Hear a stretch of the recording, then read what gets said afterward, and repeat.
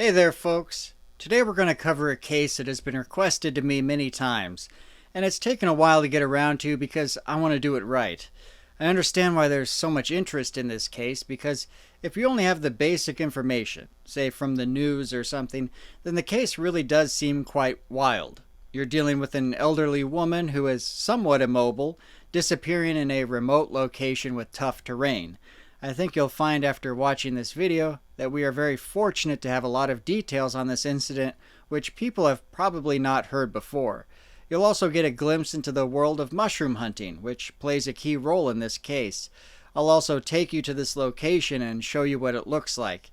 The disappearance of mushroom hunters in general is something that often gets attention or may be looked at as being strange, that along with berry pickers. So let's take a good look at one of the key cases in this category of missing people, the disappearance of Hildegard Hendrickson. Oh, I thought the video had already started. Well, now that you've caught me off guard, let me take a moment to tell you about Factor.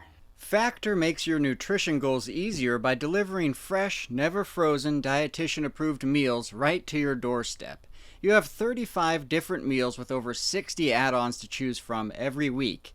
You can also select options that reinforce your lifestyle, whether that be calorie management, maximizing protein intake, avoiding meat, or simply eating a well-balanced diet. All of these meals are fresh, never frozen, and ready in just 2 minutes. To be completely honest, I've always been a bit skeptical of packaged meals in general. I think that's mainly because all of my experience has been with frozen meals you might get at the store. In general, I don't eat that kind of stuff. So I kept my fingers crossed when I received my package from Factor, because trust me, I waited to try this before signing on to do this sponsorship. But I was pretty much sold after the first meal. I think much of it comes down to the chef-designed meals, which are always creative, and of course, the fact that these are not frozen meals. Plus the fact that you can get these meals delivered directly to your doorstep. This has kind of just turned into my own little testimonial. Hopefully that's what they wanted. If not, I guess you won't see it. So head to factor75.com or click the link below and use code MissingEnigma50 to get 50% off your first Factor box and 20% off your next box. That's code MissingEnigma50 at factor75.com to get 50% off your first box plus 20% off your next box while your subscription is active. This really is a great deal, so you got nothing to lose from giving it a try.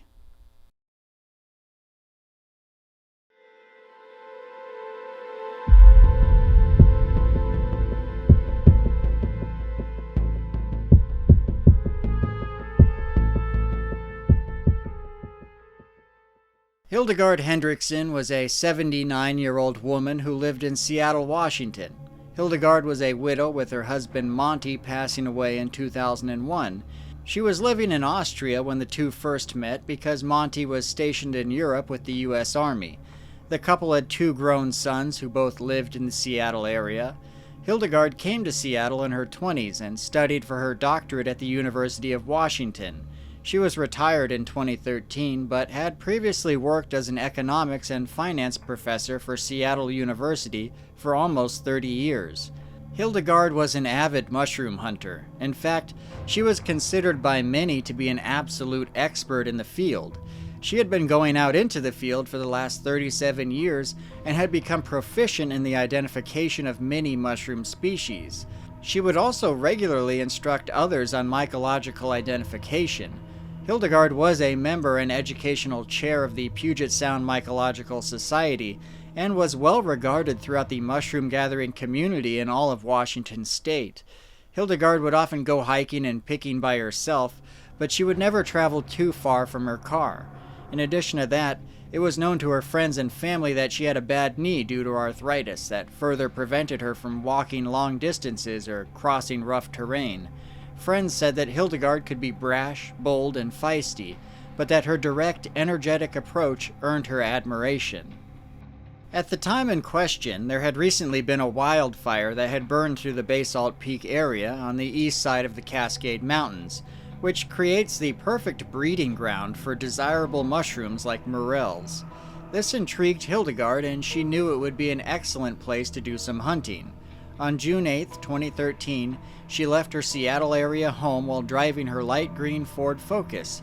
She was wearing her common attire, a colorful shirt, tan vest, with a mesh basket and a walking stick.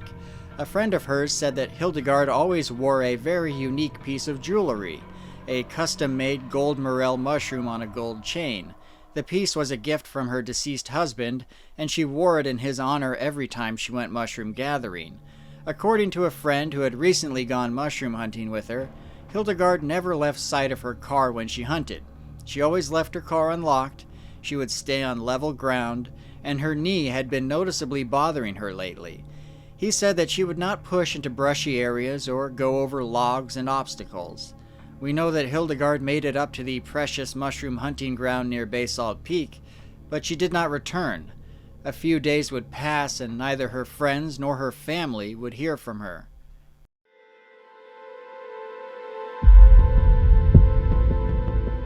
On June 11, 2013, at around 10:14 a.m., dispatch received a call from an individual by the name of Igor who wanted to report a suspicious situation involving a vehicle at the Minnow Creek trailhead.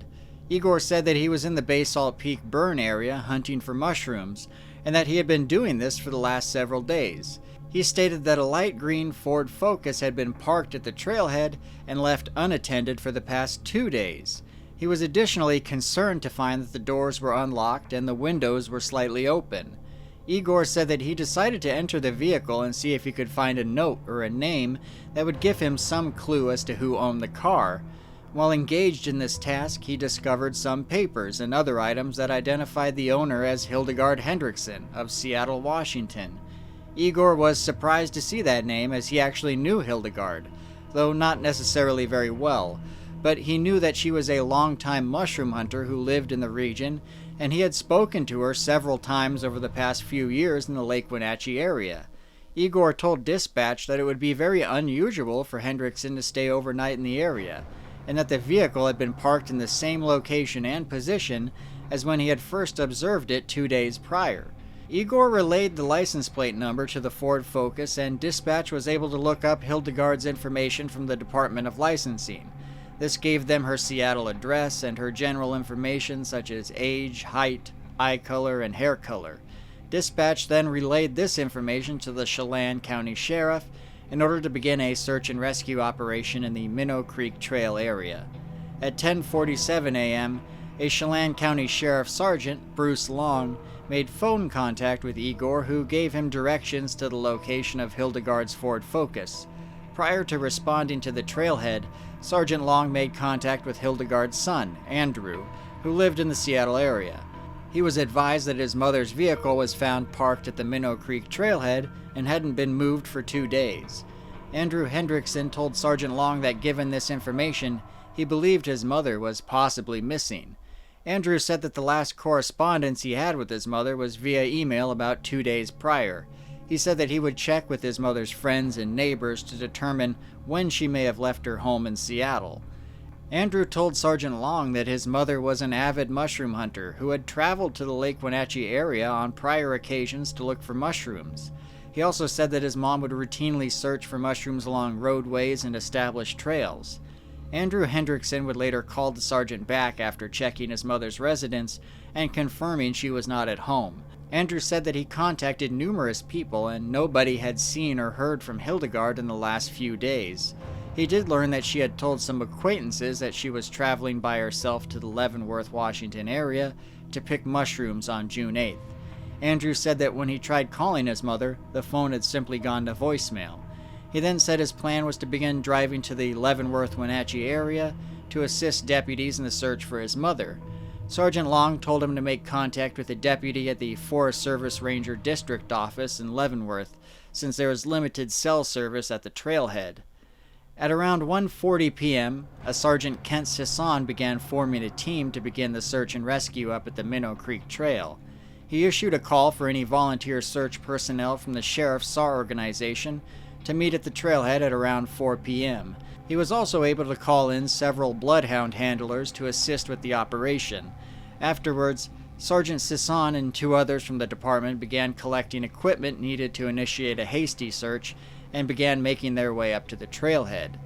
Meanwhile, Sergeant Long contacted dispatch to check on Hildegard's cell phone status to see if they could determine whether the phone was on or if it could be pinged for a location. Dispatch quickly determined the cell carrier, and an exigent circumstances form was completed and faxed to Singular to ping the phone. At 2:41 p.m., Singular advised that the phone had not been used since June 4th, 4 days prior to Hildegard's last contact with family or friends.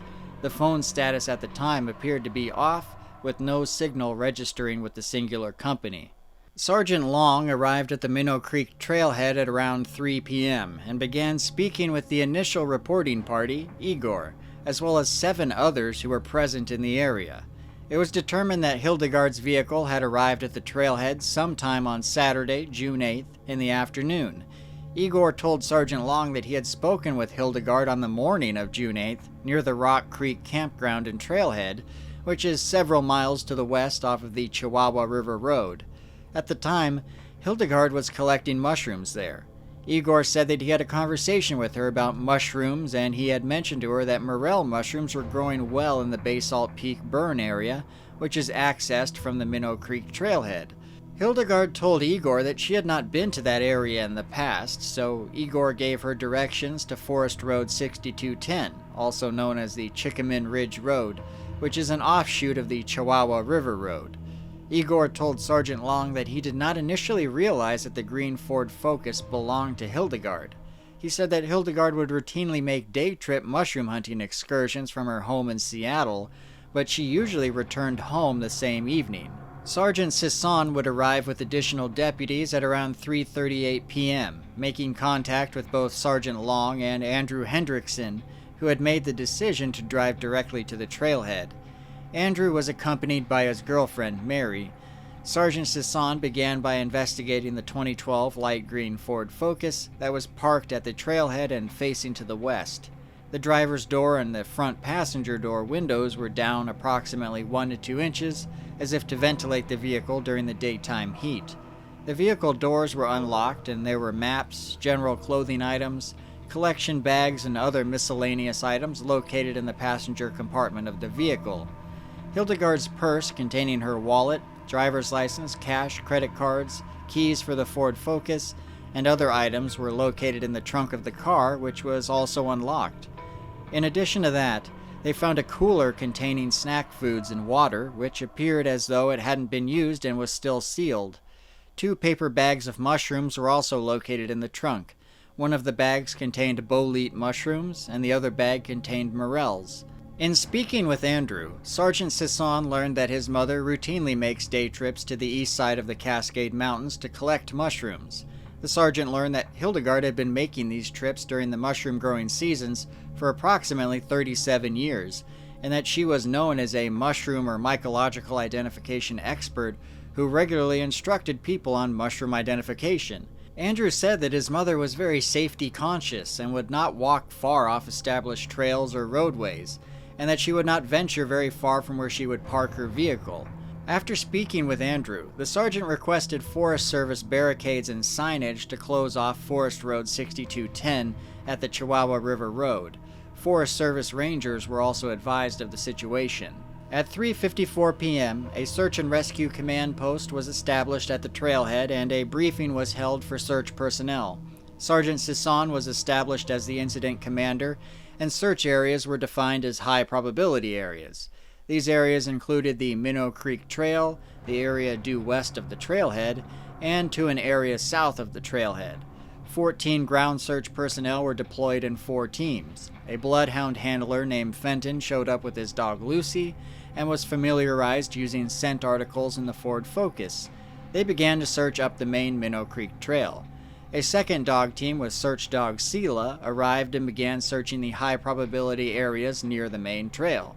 Between 4 p.m. and 8:37 p.m., search teams covered the assigned areas, but no clues were located. Due to the approaching darkness, the search was suspended until daylight hours of June 12th. The road up to the trailhead was barricaded to prevent any further civilian travel into the area. Sergeant Sisson remained at the trailhead with the Ford Focus for scene security until a relief deputy could be located. At around 10:30 p.m. that evening, the sergeant noticed a vehicle traveling up the road toward his position. He noticed their headlights in the woods. The car had to pass the police barricades in order to get to that point where he spotted it. The sergeant undoubtedly found this very strange. He then stopped the vehicle, which was a white Ford pickup with a Hispanic male driver as the sole occupant.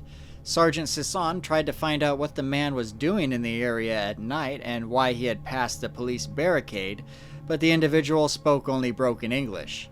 The only thing that the sergeant could deduce was that the man wanted to go camping further up the road. He then told the man to turn around and leave the area since it was closed. The man complied and left heading southbound. Sergeant Sisson noticed that there had been a second vehicle following the pickup, but it had turned around prior to reaching his location. The sergeant ran the plates on the pickup, which came back to a man named Alonzo from Aberdeen, Washington.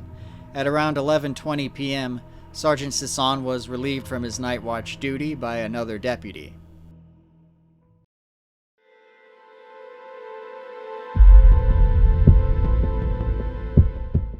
June 12th marked the second day of search operations, which began at 7:45 a.m.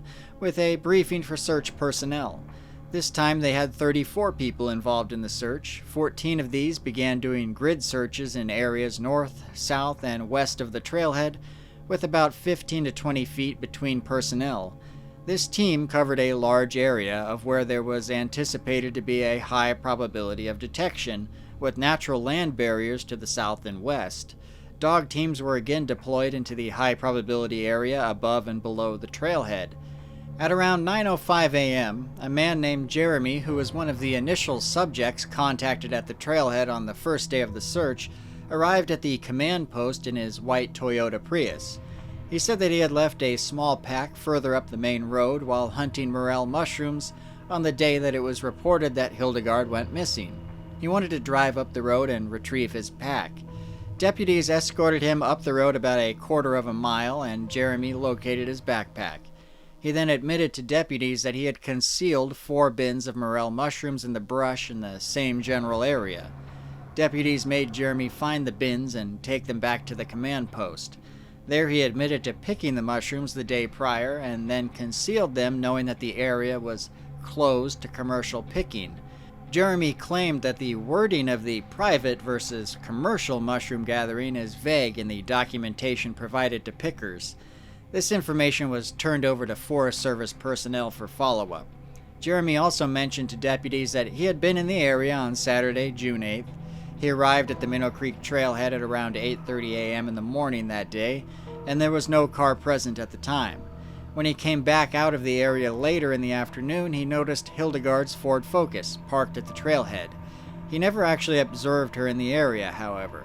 After dealing with Jeremy, search teams combed through the area where Jeremy had hidden the mushroom bins, but found nothing directly connected to Hildegard. It was later learned that Jeremy and Hildegard knew each other. Apparently, Jeremy learned how to hunt mushrooms from Hildegard, and they have had arguments in the past about Jeremy's commercial harvesting of mushrooms without permits.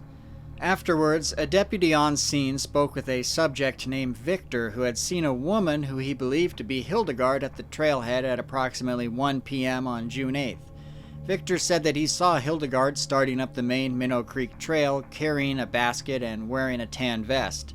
He noticed her vehicle parked at the trailhead as well.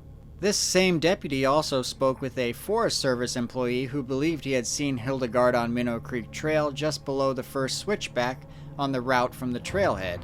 The Forest Service employee said that this occurred on June 8th at around 1:30 p.m., which fits with the rest of the timeline. At 10 a.m., Andrew Hendrickson arrived with his girlfriend and said they were going to walk and check Forest Road 6210 to the south of the trailhead, along with a volunteer chaplain named Darren. At around 10:25 a.m., Darren arrived back at the headquarters, saying that Andrew believed he had heard a whistling sound somewhere in the drainage to the west of the road. He believed that it might be his mother using her whistle to try and alert searchers. A handful of search personnel were redirected to about 3/4 of a mile south of the trailhead, which was the approximate location the whistle had been heard. They even brought in a helicopter to cover the area as best it could, though it had difficulty seeing through the dense tree cover. There was an extensive search of the drainage along Minnow Creek, but nothing was located. It was later determined that a species of bird in the area made a steady chirping sound that is very similar to the sound of a man-made whistle. At around 1:25 p.m., a search team that was searching the east side of Forest Road 6210 reported that they had located 32 bins of harvested morel mushrooms concealed in the heavy brush off of the roadway. A small backpack with some clothing and food items was located in the same area. The clothing appeared to belong to a male subject. It was their belief that none of the items located were directly related to Hildegard Hendrickson. When family members had a chance to view the clothing and pack, they agreed that none of the property belonged to Hildegard. As a side note, this area of Basalt Peak is designated for personal mushroom picking only. Commercial harvesting of over 3 gallons of morel mushrooms in one day is illegal. The concealment of 32 bins of mushrooms led the Forest Service to believe that there were commercial pickers in the area who were attempting to remain undetected by law enforcement. The 32 bins were subsequently confiscated. Afterwards, some witnesses came forward and reported that there had been a suspicious white Toyota Prius in the area, driven by a subject known as Jeremy. The witnesses believed this Jeremy individual was involved in the commercial harvesting activities in the Basalt Peak burn area. In fact, he was described as the person who was overseeing all the work. However, this was the extent of the information received by law enforcement. Hildegard's vehicle was towed from the area around 2:26 p.m. that day. Field search efforts concluded by 6:30 p.m. due to searcher fatigue, but with plans to return the next day, June 13th, and try again. At around 7:40 p.m., deputies received a call from a Dr. Anthony Okos in Seattle, who advised that he had spoken to Hildegard at the Minnow Creek trailhead near her vehicle on June 8th. The doctor had seen the flyer for Hildegard's disappearance on a TV news station and recognized her as the same person he had spoken to on June 8th. The doctor had hiked the Minnow Creek Trail with a friend that day and was arriving back at the trailhead when he encountered Hildegard. He described her as wearing a straw hat, a tan vest with a colorful shirt, something very much akin to this photo here. The doctor said that Hildegard was standing by her vehicle, carrying a silver metal basket and a blue metallic hiking pole. He did not know who Hildegard was, but said she was very knowledgeable concerning mushrooms and showed him some large boletes she had picked earlier that day in a different area. Hildegard told the doctor that she was going to walk into the burn area and collect a few morel mushrooms. Even at the time, the doctor was concerned for Hildegard's safety as she was hiking alone, and as a physician, he did not feel she was in the best physical condition to hike into the area with all the downed timber and other hazards. When the doctor expressed his concerns to Hildegard, she told him that she would be fine. As the doctor was leaving the area, he noticed that Hildegard was beginning to walk west of the trailhead and into the burned area. She was last seen around 1:30 p.m.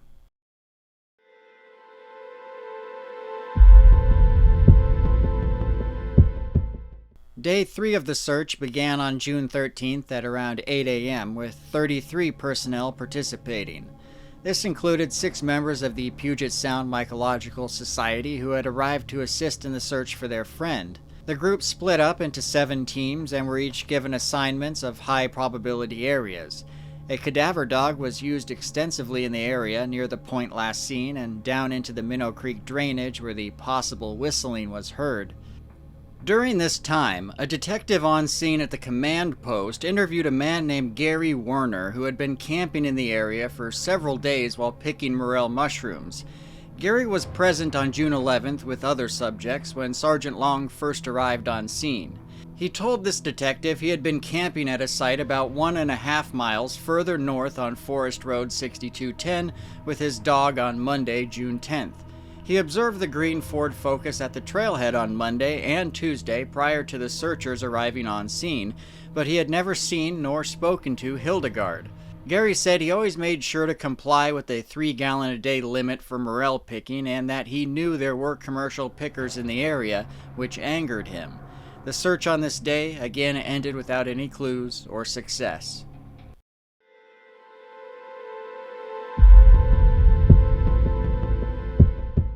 On the fourth day of the search, June 14th at 8:20 a.m., 58 search personnel showed up to participate.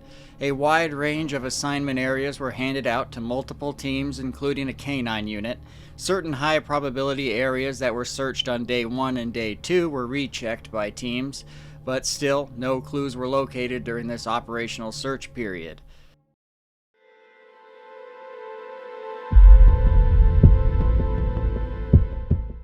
Day 5 of searching began at 7:30 a.m. with a total of 43 personnel. Assignments were handed out as per usual. At around 9 a.m., one of the teams located a plastic water bottle in nearly new condition. This was just west of Minnow Creek, below the Minnow Creek Trail, in the burned area. This area around the find was extensively searched, but no clues were found. By the end of the day, it was decided by command staff that if no new clues were located during day 6, then the search would be suspended. The Hendrickson family was told of this update and they understood the decision.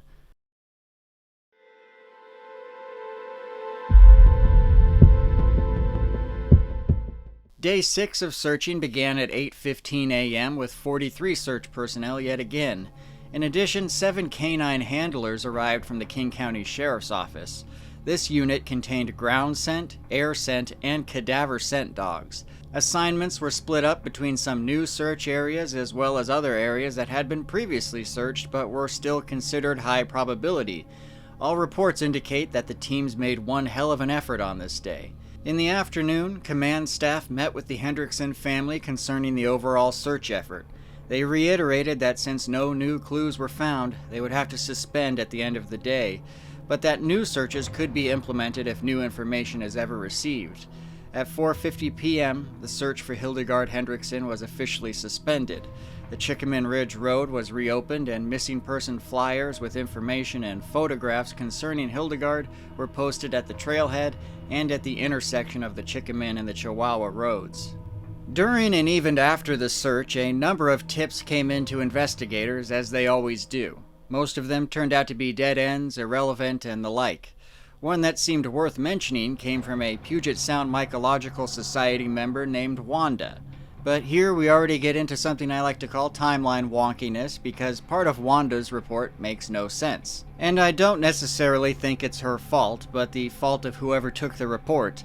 The issue here is that the written report says that Wanda was with Hildegard and another club member in the Minnow Creek Trail area on June 13, 2013. Obviously, this is impossible because Hildegard was already missing. The problem here is likely the date, but I don't know if it's incorrect by a week or a year. It could be that Hildegard was in the area with 2 other women just days before she went missing and then came back alone. From reading her statement, I gather that she was there with Hildegard on June 6th. So I'm going to assume that this reporting party, Wanda, had been to this location once in the past with Hildegard, and we'll go about it like that. Something else I found odd but worth mentioning is that this incident apparently occurred on June 15th at the Minnow Creek trailhead, but the search was still in progress at the time. It was winding down, sure, but I believe the Chickaman Ridge Road was still closed. But 2 separate reports from this lady give the date as June 15th and the weekend of June 15th and 16th. So I don't know what to think about that. It certainly doesn't mean that this didn't happen. Maybe some of the dates are incorrect and maybe not. I think this incident probably occurred on June 17th, right after the official search had ended and the roads had opened back up, because that's when the report was taken. Either way, I'll tell you what this lady had to say. On June 6, 2013, Hildegard had taken Puget Sound Mycological Society members Wanda and Lynn to this location up by the Minnow Creek Trail because she was certain there would be an abundance of morel mushrooms in the area. By the time they arrived, it had already gotten late and the sun was setting. Hildegard said that she would try to hike up the trail some other time, but not get too crazy about it. The women talked about how rough the terrain was, and Hildegard joked that if she was tired, there was not anything clean to sit on, and if she sat on the ground, she may not be able to get back up again with such a bad knee. Hildegard said that if she came back, she would try to be very careful and not go too far so as to not get tired and have to sit down somewhere. All 3 women decided to leave without doing any mushroom hunting. While driving back to Seattle, The other women discussed how Hildegard would not go back to the location alone because in the classes she taught, she always instructed mushroom pickers to never go to remote locations by themselves. They were unaware when Hildegard returned alone on June 8th, only to disappear. Then the search occurred, and the area was closed to civilian traffic. On June 17, 2013, after the search, Wanda and Lynn drove to the Minnow Creek Trail to do some searching of their own for their friend Hildegard. When they arrived, they met another mushroom hunter named Gary that they spoke to for a few minutes. Afterwards, Gary drove away and the two women decided to check the trail up to the first switchback to get a feel for the terrain that Hildegard was alleged to have hiked. After walking just a short distance on the trail, the two women had little doubt in their minds that Hildegard would not have climbed over all of the downed trees that lay across the path. They believed that she would have gone back to her car to drive to an easier access point. Both women agreed that Hildegard would only be able to walk up to 1 mile up or down the road because it is flat terrain.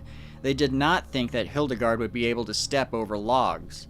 While up in the area, Wanda said she was out of sight of Lynn when she encountered a suspicious male near the Minnow Creek trailhead.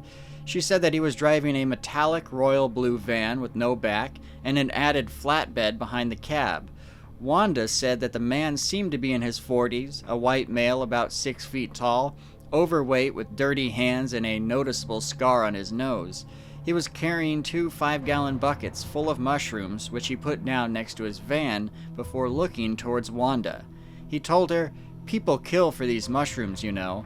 I know there is a search for the missing woman up here, and if she was still here, the birds would be circling above the body and they could find her." The entire time the man spoke to Wanda, he had his hand on the handle of a very large hunting knife that was sheathed on his waist. The strange man said that he was there to pick morel mushrooms, and he said that sometimes mushroom hunters can be territorial, inferring that it was possible Hildegard encountered such an individual on June 8th. Wanda said that she became very frightened and intimidated by the man and his comments. She interrupted him and told him that she had wandered from her friends, and that she had better get back to them before they think she is lost. The strange man acted surprised and asked if Wanda was there with a man or a woman. Wanda said that she was there with both, a friend and her husband who was waiting for her. Wanda then walked away and went directly back to the car where Lynn was waiting. After driving away, the two women spoke about the possibility of Hildegard meeting the strange man or someone very similar to him.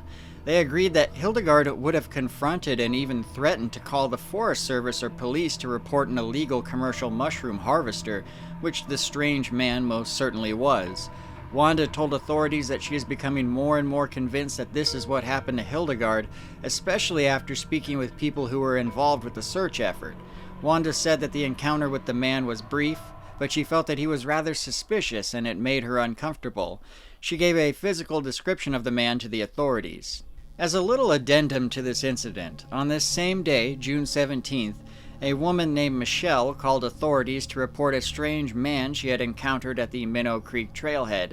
Michelle said that she was confronted by a man standing near a shiny blue metallic painted cab with a chopped shiny silver flatbed vehicle.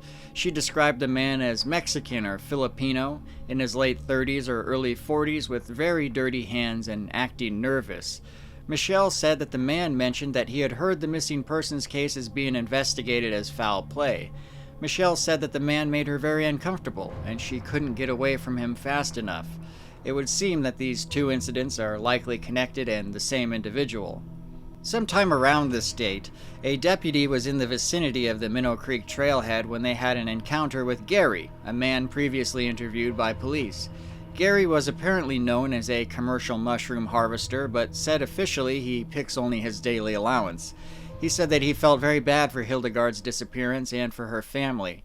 He said he was not in the area over the weekend that Hildegard went missing, but helped out a little in the search. He said that he was in the area on Thursday, the same day that Hildegard was there with Wanda and Lynn, but he didn't see their car at the time. Gary said that he had an extensive and negative history with the cops, both local and federal. He said his biggest problem is when he is told not to pick in some areas versus others, and has been cited many times for violations and harvesting over his limit. Gary felt that he had been unfairly targeted by individuals who were jealous of his bountiful harvests. Eventually, he got very worked up and profane, describing how he has been mistreated by the cops, and the conversation ended. The deputy was routinely checking the area for any clues or odors on a once-per-week rotation. A follow-up search was done in the area of the Minnow Creek Trail on June 20th. 12 days had passed since Hildegard had disappeared. Again, a cadaver dog was brought in to search the area as it was believed that Hildegard would no longer be alive. Prior to heading out for this search, authorities had received a set of 4 separate coordinates from Andrew Hendrickson. He had received the coordinates from psychics at a website called findme.com. Authorities plotted the 4 sets of coordinates on a map and determined all of them were within the areas already searched, and 2 were in an area of high probability. The other 2 were in an area of steep terrain covered in downed logs, which would have been difficult for a 79-year-old to traverse. Even so, searchers went out to the 2 areas of high probability and one of the low probability locations, and they conducted a thorough search of those areas. The 1 set of coordinates that was not searched was due to the area being too difficult to get to. Still, the sheriff did their best to check out this long-shot psychic tip and spent a significant amount of hours searching those areas with both people and a cadaver dog. On June 22nd, a patrol officer in the area of the Chihuahua and Chickaman roads noticed a blue Chevrolet Astro van traveling out of the area. Being already aware of the tip from Wanda about the strange man in the blue van, the officer took down the vehicle's license plate and pulled up his photograph and description from the Department of Licensing. The man's description was a clear match to the man who was seen by Wanda in the area days earlier, and his name was Christopher. Deputies sent photographs of the man and his vehicle to Wanda to see if she could confirm it was the man she spoke to. Wanda said she believed it was possibly the same vehicle, and most likely the same man. Authorities made contact with Christopher at his home on June 25th. He was asked if he had been driving his van in the area of the Chickaman Ridge Road on the weekend of June 15th to the 16th. Christopher openly admitted that he had been in the area on that weekend. He had heard of good morel mushroom picking in the Basalt Peak burn area, but knew the road was closed due to a missing person search. He waited until the road was reopened and went into the area with a friend. He said he encountered several other mushroom hunters in the area on that day. Christopher said that he had encountered a male subject who was hunting mushrooms near the Minnow Creek Trail that was unfriendly and very territorial concerning the area. He said the man seemed to follow him around in an attempt to make him move away. Christopher recalled the conversation he had with Wanda and said he was speaking theoretically when he said that Hildegard might have been attacked by a territorial mushroom hunter. He said that he did not know Hildegard personally and that he had never been to Chickaman Ridge prior to June 17th. After the interview, authorities confirmed Christopher's story by speaking with the friend that he was with while on Chickaman Ridge. In the end, it was decided that Christopher was not a person of interest in the case. An additional follow-up search was conducted on July 9, 2013 as part of a sheriff's office training operation. It's very common for law enforcement and other organizations to conduct search and rescue training in areas where people went missing and still have not been found. They decided to use these psychic coordinates once again to help SAR personnel use their GPS skills in the field and to cover the 1 set of coordinates that was missed the last time a search was conducted.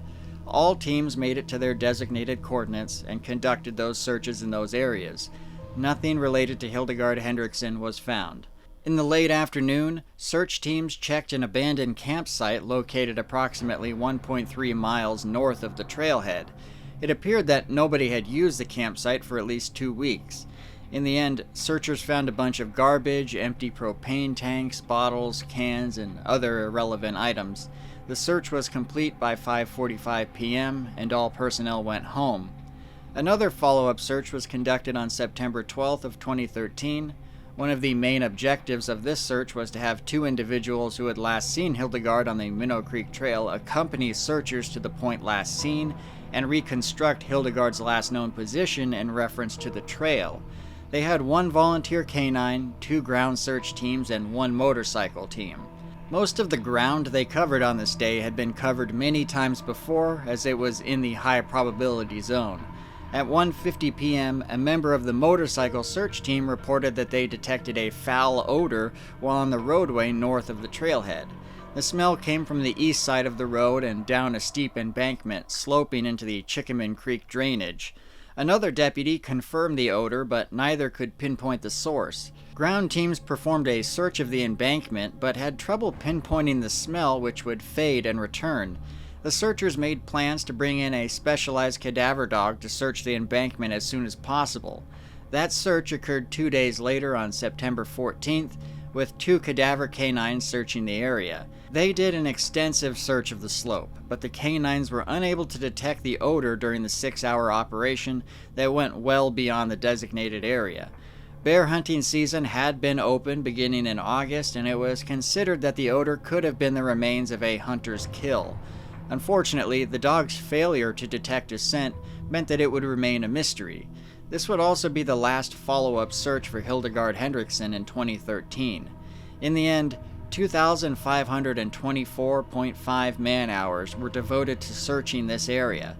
Given Hildegard's age and condition, it was a surprise to everyone that nothing had been found. I will say that the Chelan County Sheriff's Office documented one of the most thorough searches I have ever seen. SAR trainings would continue to be held in the area in 2014, but none of them produced any results. In 2015, Hildegard Hendrickson would be declared legally dead.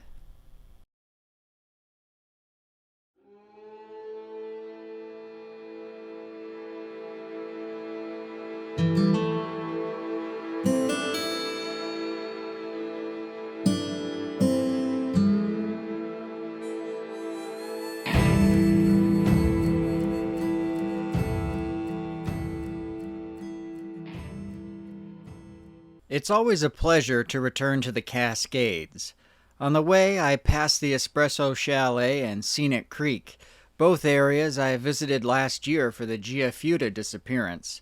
If you haven't seen that video, I recommend you go give it a look. The first stop on this excursion was to hit Lake Wenatchee, an area that Hildegard was very familiar with. It is also a great place to set up camp before venturing into the wilderness. Lake Wenatchee itself is a very idyllic lake.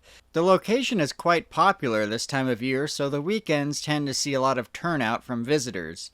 My 10-second review of the Lake Wenatchee campground would be that it's great in the sense that you get to be close to the lake, but bad in the sense that the campsites are really crammed together. Prepare to have some close neighbors. But this is not what we came here for. We are here for Basalt Peak and the Minnow Creek Trailhead. Heading up to that area, you take the Chihuahua River Road north deeper into the wilderness. After traveling a number of miles, the next goal would be to take a right onto Forest Road 6210, or the Chickaman Ridge Road. It's barely marked at all, and it's an easy-to-miss dirt road. Hey there, folks. Well, last night camped out at Lake Wenatchee. We're here in a beautiful morning. I'm at the bottom of the Chickaman Road. Hopefully, we'll be able to get up it. I contacted rangers beforehand. They told me the Chihuahua was completely open, and it was. Here at the base of the Chickaman, though, I'm already seeing a bit of snow. They warned me there might be snow, and if there is a bunch of it, stop going. So if that happens, we'll have to get out and walk the rest of the way. Hopefully that doesn't happen, though. This is a full forest road that hasn't gotten any better in the last 10 years. So we'll see how far up we can get. I'm sure we should be able to make it to the top and get to the Minnow Creek Trailhead, but we'll let you know how it goes. You know, these things are always just take things as they come whenever you go out in the field like this. So I'll talk to you in a minute.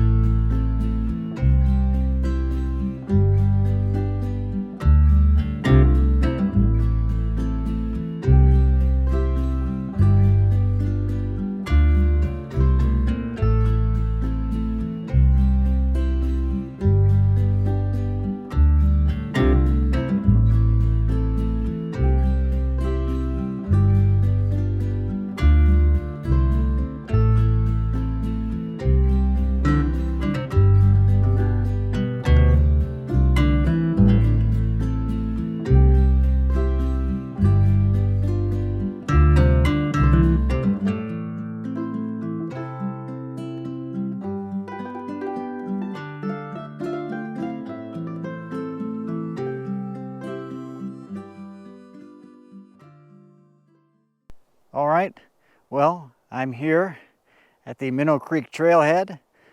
We just came up the Chickaman Ridge Road, a hellish road. Not a lot of fun to go up that one, not well taken care of. The Chihuahua River Road was actually quite nice as far as foresty roads go. But since it's still spring, I was worried there was still going to be some snow up here. There wasn't, but the road still is just torn up. It's not very good. Still, we made it. I didn't have to hike up here. It's a great thing. This is where the base camp was for the search for Hildegard. And they set up here. They closed off the road down at the bottom. They knew that she couldn't have gone very far, or so they thought. You know, it makes you think differently about it because she wasn't found. And when you have someone has limited mobility like Hildegard, you wonder where she could have gone. The trail behind me is the Minnow Creek. It heads up, and there's a lot of down timber in the area, and we know she didn't like to cross that. She had a bad knee, so she wouldn't have gone very far up that trail. A lot of people said she never really got out of sight of her car, and this parking area, you can't really go very far in any direction before losing sight of your car because of the way the terrain is set up here. There's another trail across the way. That is the Minnow Ridge Trail. And I don't know the likelihood that she would have gone down there. It's possible. I mean, she didn't really come here going with the intent of going down any specific trail, but she wanted to get morel mushrooms. And I've already found some in the area, so they're still here.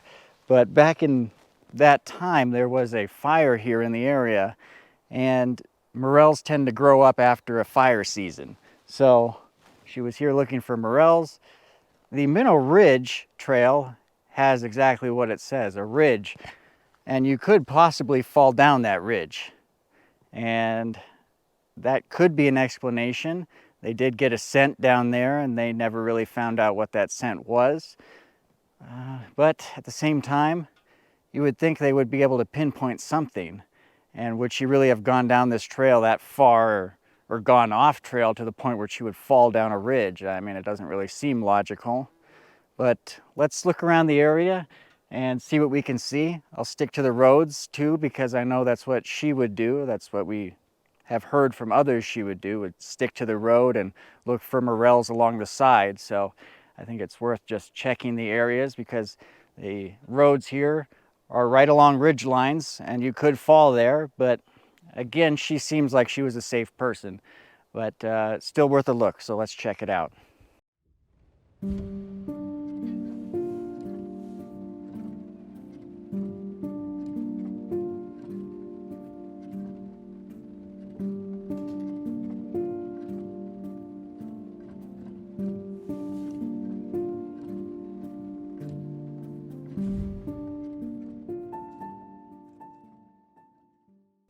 Okay, so I decided to go down the Minnow Ridge Trail first.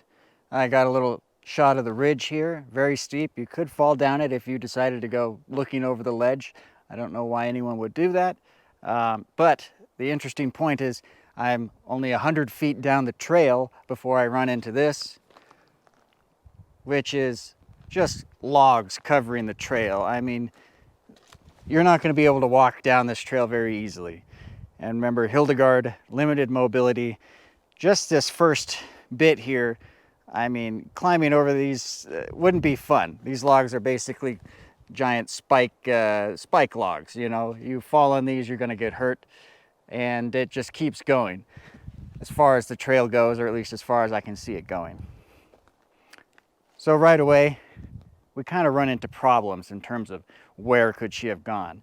And remember, they searched this immediate area very well, and they in fact searched way beyond this because they just weren't finding anything. So again, a big question of if she was here and disappeared, where could she have gone? Is she still in the area? That's the question. So let's keep looking.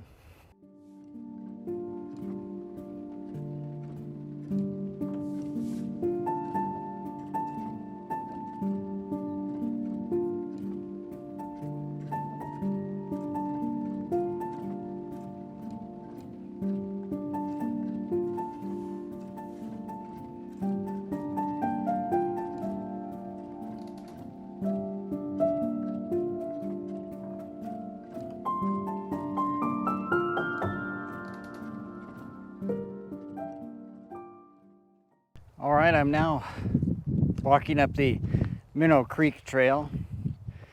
I'm not going very far today. That's why I don't got a backpack on. Not carrying minimal supplies at the moment because I'm basically going to stay pretty close to the car. There's no real reason to walk down these trails really far if we're trying to imitate where Hildegard might have gone. Now this trail I've already noticed isn't as bad as the Minnow Ridge, but it looks like they've put a little more work into it. I can see areas where logs covered the trail and they've been cut. I also see a lot of burned trees. This area is still recovering from a fire about 10 years ago. One interesting thought is that it's possible that, Hildegard could have found some morels because they were really abundant in the area at that time. And once you find a bunch, from my understanding, you kind of get a high almost, that you've found a bunch, and it pushes you to keep going further. It's possible that made her go off track a bit. What could have happened from there? It's hard to say, but in my mind, the only real possibility, if we're looking at some sort of accident theory, it would have to be that she fell, which would mean she went the other direction, because coming up Minnow Creek, I don't really see many places to fall. Minnow Ridge, on the other hand, as I said, it's a ridge, but gosh, it would be hard to go down that trail. I have to remember at the same time that those logs I just showed you that crossed the trail may not have been there. But even 10 years ago, these trails were described as being hard to come down because there's lots of fallen logs. So where could she have gone? Well, I'm going to continue down Minnow Creek Trail a bit just to check it out. Again, I'm not going to go very far, but just kind of want to get a look in the area. And as always, I'm keeping an eye out for anything. And, it's not lost on me that nothing was ever found of her. So, her boots should still be out here after all this time. Maybe her basket, depending on what it was made out of. Maybe some of her clothing. Depends on what she had on her, but I'm sure she had some stuff that wouldn't degrade. And always keeping an eye out for that kind of stuff. We'll see if anything is found. Right away, I kind of come across a blockage here on the trail. This one seems pretty fresh. It's got some live growth still on it. But this area I don't think is very well maintained. Just kind of like the road coming up here. It seems to me that the forest rangers don't get up here very often to clear stuff out of the way. I'm sure they do every once in a while, but just looking around the place, you get a lot of falling trees here. That kind of goes without saying. Makes the trails a little more difficult to hike. But the perspective we're coming from is it would make it difficult for Hildegard to hike. She can't really lift one of her legs, bad knee, limited mobility. So I'm maybe 100 yards up the Minnow Creek Trail right now, and I've already run into a place that would have probably stopped Hildegard in her tracks. I had one additional thought as I was walking on the Minnow Creek Trail here. Right off the bat, it's really steep. You start huffing and puffing a little bit. It flattens out eventually, but before you even get to a flat part, you're already hitting some logs in the road. And would Hildegard really want to do that? I don't know. Elevation in many ways is just as bad as having to walk over stuff like logs. So, if you had a bad knee, well, climbing up large hills is probably not on the menu. And like I said, it's not even very far from the trailhead and parking lot.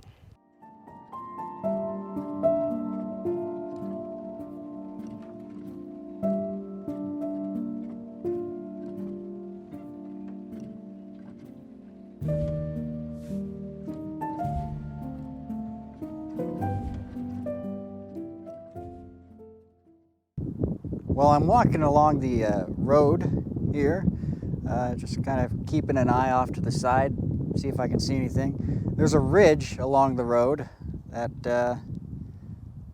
that's not terribly steep. You'd stop falling at some point, but still you get injured. I don't know if you disappear completely falling down that. Could be different in some areas.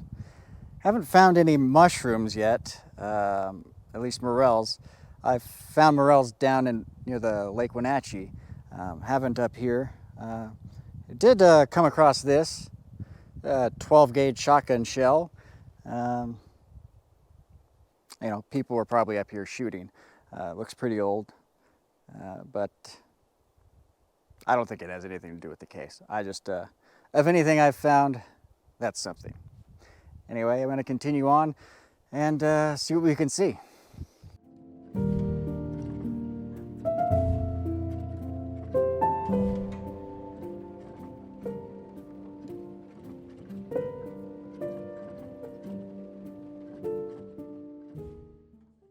Well, I've been walking on the Chickaman Road a bit now, walking up, and something that strikes me is that nowhere around here really looks like a good place to go off the road.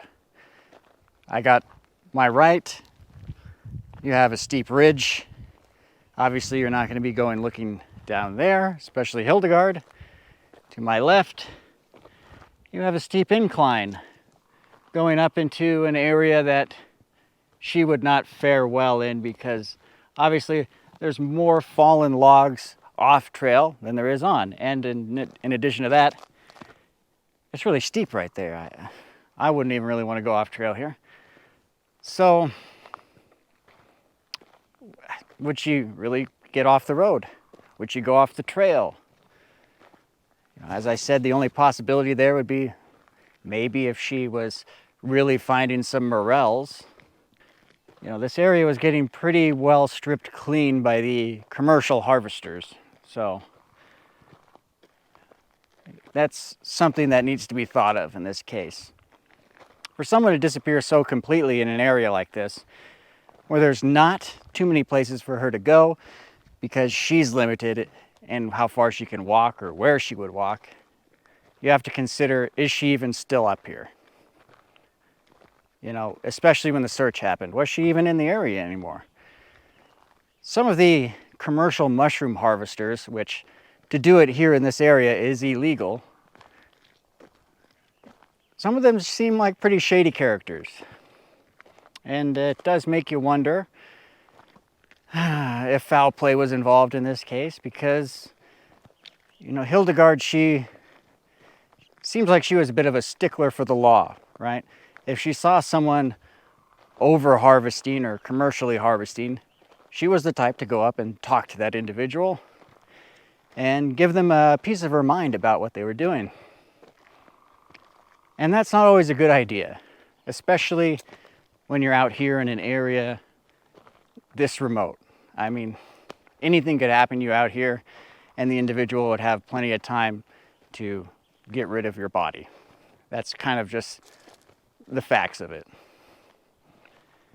Unfortunately, we don't have any direct evidence to indicate whether something like that occurred or not. There's just suspicion. But walking around this area, the options of what could have happened are limited.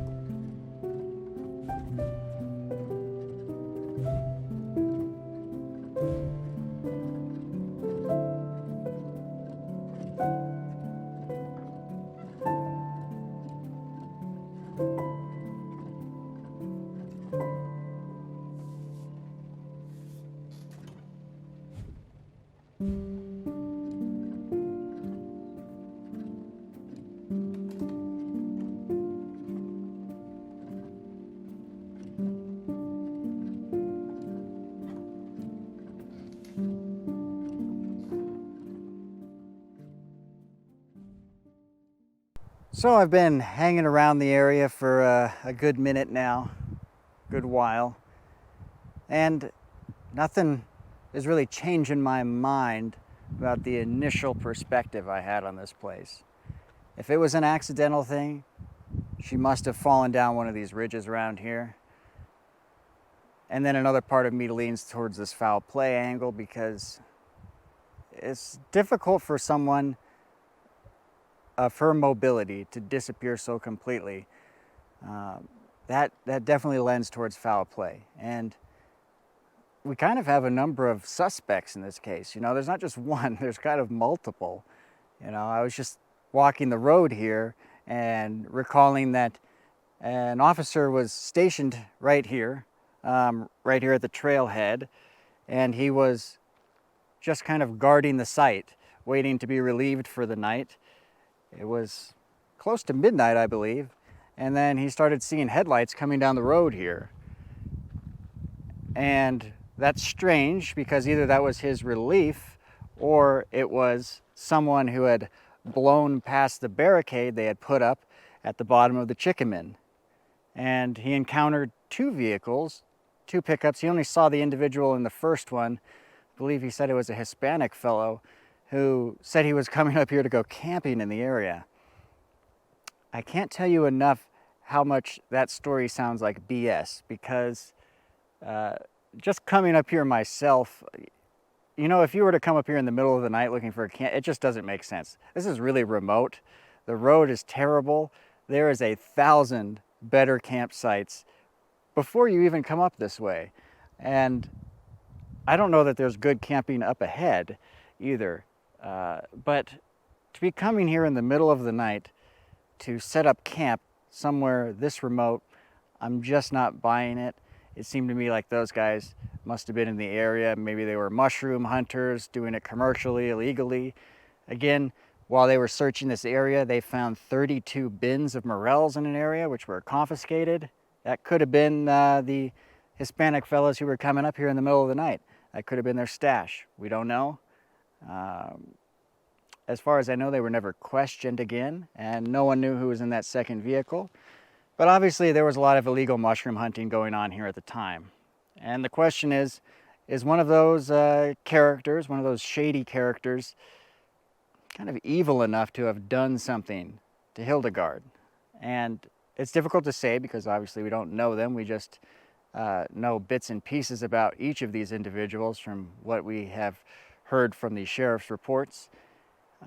But it seems like they may not have been the best of people.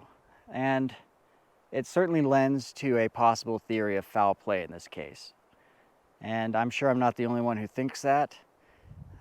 To me, like I said, for someone to disappear so entirely and completely for nothing to be found even after all this time, because keep in mind they still do searches out here when they're training. They still come out here looking for her remains, and it's been almost 10 years and still nothing. That does say something. So, is she in this area anymore? I don't tend to think so, but I could be wrong. Anyway, those are kind of my final thoughts on the area. I'm gonna head back down to Lake Wenatchee and mosey on out of here.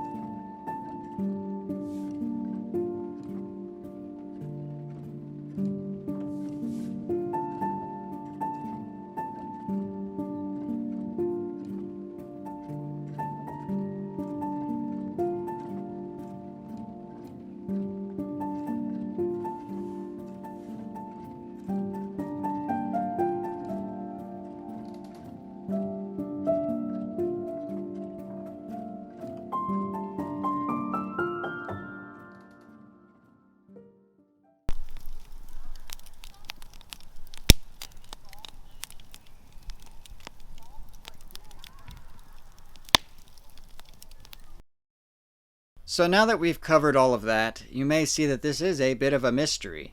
Getting right into the question of what could have happened, I think it would be good to start with the possibility of an accident. What would an accident look like in this case? Well, in a way, the possibilities are very limited by Hildegard's capabilities.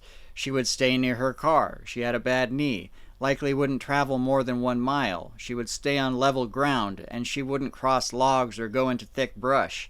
If all of those things apply, then there really are not many options here. What that all amounts to is that Hildegard would stay on or near the road. Assuming she could or would go off into the forest, you could say that she fell down one of these steep embankments and died, or that she had a medical episode that contributed to her death. Her family discovered heart medication at her home after she disappeared. Nobody knew that she had any cardiac ailment prior to that. The thing about an accident is the Chelan County Sheriff really did a hell of a job searching that area. They brought in every type of search dog you could want, and I still did not see anything in the reports that indicated a dog got a hit on a scent. Obviously, dogs are fallible, but a week of searching a relatively limited area, you'd think something would turn up. I stray from leaning toward an accidental explanation in this incident because Hildegard seems the type of person who was unwilling or even unable to stray very far from her vehicle. One of her friends from the Mycological Society commented, "It's disturbing, it's unsettling, it's unexplainable. It was Hildegard who taught everyone how to be safe in the woods." It is possible she had an accident in this area, but the complete lack of any clues during the search has to make you wonder if she was even in the area when the search started. And if she wasn't in the area, then you have to consider a different kind of answer. So let's talk about foul play, because that actually does seem like a possibility despite the remote location. This is almost entirely due to the fact that there were many mushroom hunters in the area, and a number of them were doing it illegally. It might seem odd, but it really does appear that the mushroom hunting scene can get quite aggressive. A woman named Marion Maxwell, who worked with Hildegard at the Mycological Society, spoke with the media about this phenomenon. She said, "A lot of times out there in the forest, you get scared out of areas by people who consider that to be their area, even though it's public land. A lot of times, generally, the wisest thing is to leave." The Mycological Society recommends foraging for mushrooms only in groups or at least in pairs, and informing others of excursions, which is good advice. The point is, mushroom hunting may not be as innocuous as some might think. To make matters a little worse, we have someone like Hildegard who, more often than not, went out mushroom gathering on her own. In addition to that, she was bold enough to call out any illegal mushroom hunters to their face, despite the potential dangers. You can possibly see where this has the makings of something bad. All you need is an illegal mushroom picker who is unhinged enough to attack someone, and Hildegard would have been in no condition to fend off anyone. This incident has its fair share of shady characters that certainly deserve another look, simply for their strange and possibly even aggressive behavior. Just as a little refresher, these are the individuals who deserve a red flag next to their names. We have Alonzo, who showed up at the trailhead the first night of the search, bypassing the police barricades with another vehicle following him. This is really the only time he shows up in this story. And even though he said he was looking for a place to camp, I would put all my betting money that he was there for mushrooms. We have Gary, one of the known commercial mushroom pickers who was in the area on June 6th when Hildegard was there. He says that he was in Seattle selling mushrooms on June 8th when she disappeared, but he shows up again on June 11th when deputies first arrived at the trailhead to begin the search. He has a long history of bad encounters with the police and many violations for illegal mushroom picking. He also apparently went on something of a rant about how much he hates cops. Next, we have Jeremy, another confirmed commercial or illegal picker. In fact, witnesses said he was overseeing a lot of the work in the area. He was in the area the day that Hildegard disappeared, and he said he never actually saw her. He only saw her car later in the afternoon that day. He was the guy who stashed mushrooms in the bushes and then came back for them even though the cops were in the area. Not very smart, really. Authorities later learned that Jeremy knew Hildegard and the two had heated arguments in the past because she disliked his tendency for illegal harvesting. Finally, we have Christopher, the strange fellow who was seen by witnesses after the search had ended. He said some pretty strange things to Wanda when he was in the area, but there was no evidence that he had been around when Hildegard was there.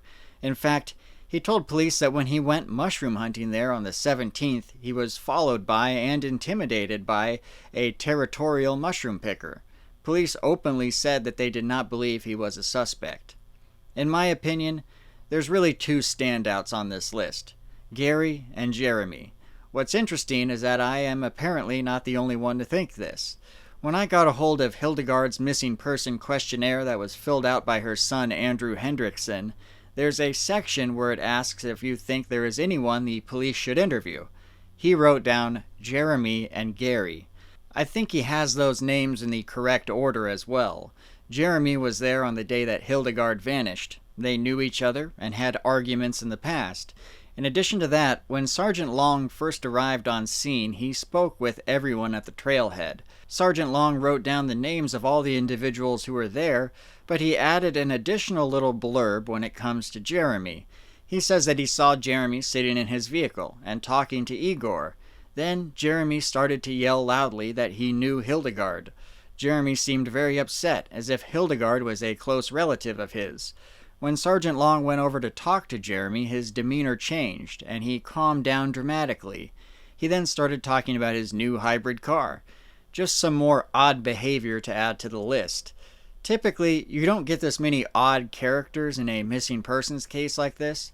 When it comes to foul play, there could be any number of scenarios. It could be that there was an argument that got physical, to something like Hildegard walking on the roadside and getting hit by a car going too fast. Any incident would have to end with the perpetrator removing Hildegard's body from the area altogether. Hildegard's son, Andrew Hendrickson, had a theory about this case, and he wasn't hesitant to share it. He said, "To avoid thinking about other worst-case scenarios, I've concluded she had some sort of discussions with somebody. There was some sort of medical episode, and because these commercial pickers aren't necessarily upstanding professionals, and they probably wanted to continue picking in this area, these mushrooms go for a very high price. So there was a financial incentive for these people to continue what they were doing. So we've come to the conclusion that she probably had a heart attack or something, and instead of getting care for her, somebody threw her in a truck and got rid of it later. The way I look at it, shortly before whatever happened that wasn't a good thing, she was doing exactly what she wanted to do." I don't know if it's worth sharing because I have zero context for this, but among the photos taken during the search for Hildegard, there were a series of pictures of a campsite.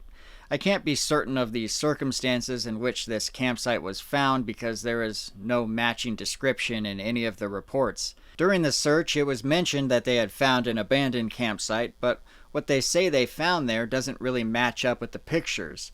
The photos show 2 tents and chairs around a campfire, a bunch of empty 5-gallon buckets, cigarette butts, and a bag full of empty beer cans. Other beer cans were found dispersed in the area. They also found a paper target and an empty water jug that had been shot up by what appears to be a small caliber projectile, maybe a .22 or even a pellet gun. What I gather from looking at the photographs is that this campsite belongs to some commercial mushroom harvesters that were in the area. How the authorities discovered it or what the context is surrounding the site, I have no idea. In the end, I think there are numerous ways you could explain this disappearance. The sad part is that most of them involve some sort of foul play. If there is no body in the area of Basalt Peak, then it's likely this case will never be solved. I don't even know if there's many lessons to be learned here other than to always stay on your guard and only enter remote wilderness areas with a partner. Hildegard may have just come across the wrong person on the wrong day. But let me know what you think after hearing all of this. Write down your theories in the comments, and until next time, thanks for watching.